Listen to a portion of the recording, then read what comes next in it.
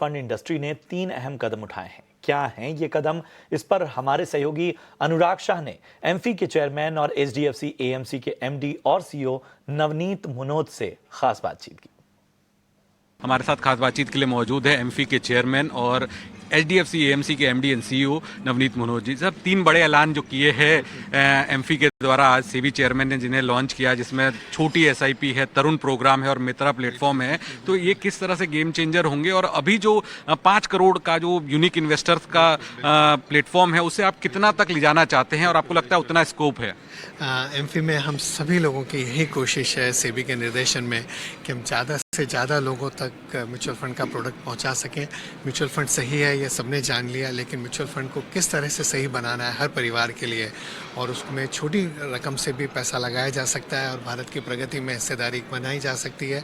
तो हमने कोशिश करी है कि हर फंड हाउस एक स्पेसिफाइड फंड्स में अपनी एसआईपी का टिकट साइज़ 250 रुपये कर दे।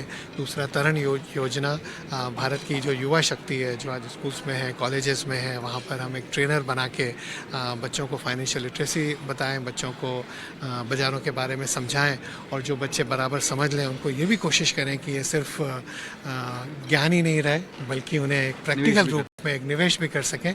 तो 100 रुपये पर महीने की उनकी एसआईपी खुल जाएगी, जो उन्हें 2 साल तक 100 रुपये पर महीना देती रहेगी, और उसके बाद 2 साल तक उन्हें उस पैसे को और कंटिन्यू करना पड़ेगा।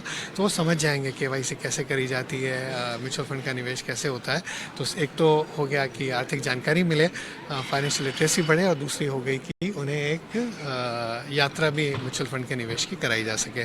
और तीसरा जो मित्रा प्लेटफॉर्म है, जहाँ पर अगर आपकी पुरानी भूली बिसरी यूनिट थी म्यूचुअल फंड की, तो उसे आप वापस कैसे ट्रेस कर सकें। सर, आप जैसे 100 रुपये की एसआईपी या छोटी एसआईपी की बात कर रहे हैं, तो आपको लगता है कि वाइबल होगा एएमसीज के लिए लंबी अवधि में इसे कंटिन्यू करना, क्योंकि बैकएंड पे खर्चा भी आपका काफ़ी ज़्यादा था? तो भारत ने जो डिजिटलाइजेशन पर बहुत प्रगति करी है, प्रधानमंत्री के नेतृत्व में पिछले 10-12 वर्षों में जिस तरह से डिजिटलाइजेशन हुआ है, आई थिंक उसका प्रभाव ये हुआ है कि ओवरऑल कॉस्ट ऑफ ट्रांजैक्शन नीचे आ रही है।